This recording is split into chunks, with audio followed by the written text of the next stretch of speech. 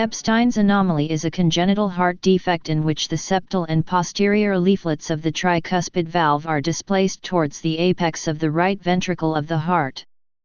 It's classified as a critical congenital heart defect, accounting for 1% of all congenital heart defects, presenting in 1 per 200,000 live births. Signs and symptoms. The annulus of the valve is still in the normal position. The valve leaflets, however, are to a varying degree attached to the walls and septum of the right ventricle. A subsequent atrialization of a portion of the morphologic right ventricle, which is then contiguous with the right atrium, is seen. This causes the right atrium to be large and the anatomic right ventricle to be small in size. S3 heart sound. S4 heart sound. Triple or quadruple gallop due to widely split S1 and S2 sounds plus a loud S3 and/or S4.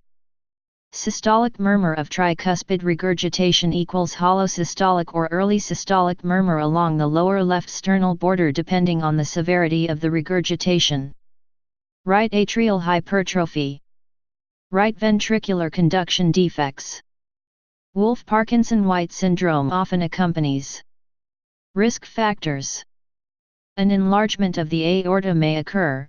An increased risk of abnormality is seen in babies of women taking lithium during the first trimester of pregnancy, though some have questioned this, and in those with Wolff-Parkinson-White syndrome. Related abnormalities.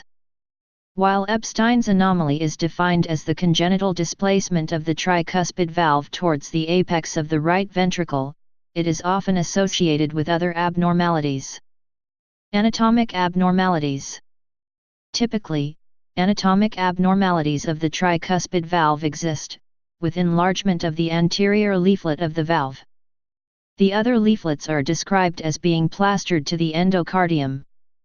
About 50% of individuals with Ebstein's anomaly have an associated shunt between the right and left atria, either an atrial septal defect or a patent foramen ovale. Electrophysiologic abnormalities. About 50% of individuals with Ebstein's anomaly have evidence of Wolff-Parkinson-White syndrome, secondary to the atrialized right ventricular tissue. Other abnormalities that can be seen on the ECG include signs of right atrial enlargement or tall and broad Himalayan P waves.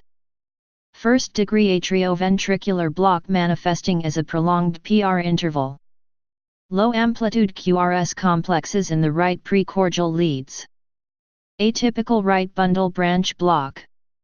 T-wave inversion in V1, V4 and Q waves in V1, V4 and 2, 3, and AVF. Treatment. Medication. Ebstein's cardiophysiology typically presents as an antidromic, AV reentrant tachycardia with associated pre-excitation. In this setting, the preferred medication treatment agent is procainamide. Since AV blockade may promote conduction over the accessory pathway, drugs such as beta blockers, calcium channel blockers, and digoxin are contraindicated. If atrial fibrillation with pre-excitation occurs, treatment options include procainamide, flecainide, propafenone, doftelide, and ibutylide, since these medications slow conduction in the accessory pathway causing the tachycardia and should be administered before considering electrical cardioversion. Intravenous amiodarone may also convert atrial fibrillation and/or slow the ventricular response. Surgery. The Canadian Cardiovascular Society, CCS, recommends surgical intervention for these indications. Limited exercise capacity, NYHA 3-4. Increasing heart size, cardiothoracic ratio greater than 65%. Important cyanosis, resting oxygen saturation less than 90%, level B. Severe tricuspid regurgitation with symptoms. Transient ischemic attack or stroke.